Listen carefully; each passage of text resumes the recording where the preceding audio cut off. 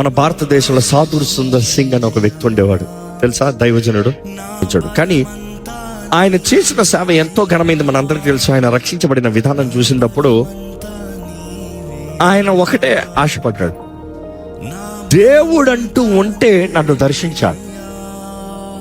In fact దాని ముందుగా బైబిల్ని చింపేసిన వ్యక్తి, బైబిల్ని కాల్చేసిన వ్యక్తి, దేవుని దూషించిన వ్యక్తి, క్రైస్తవుల్ని హింసించిన వ్యక్తి.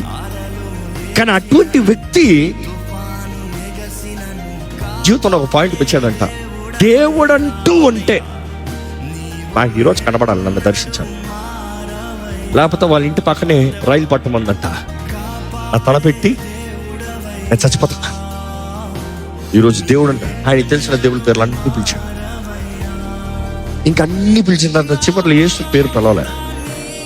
అన్ని అయిన తర్వాత ఇంకా విసిగ్గి అసలు దేవుడు అంటూ అంటే నాకు కనబడినాడు అన్నప్పుడు అప్పుడు యేసు ప్రభు దర్శించాడు. అప్పుడు తన జీవితంలో తన చేసిన నిర్ణయం, అప్పుడు తన జీవితంలో తన దేవుని చేతుల్లో సమర్పించుకుని ఎవరినైతే అసహించుకున్నాడో ఆయననే ప్రకటిస్తాం ప్రారంభించాడు.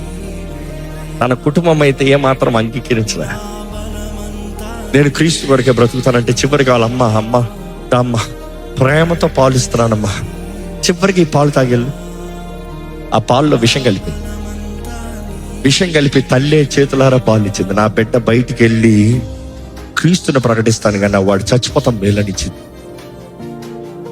పాలు తాగి పెట్టెళ్ళాడంట, చావు రాలేదంట, బ్రతికాడు.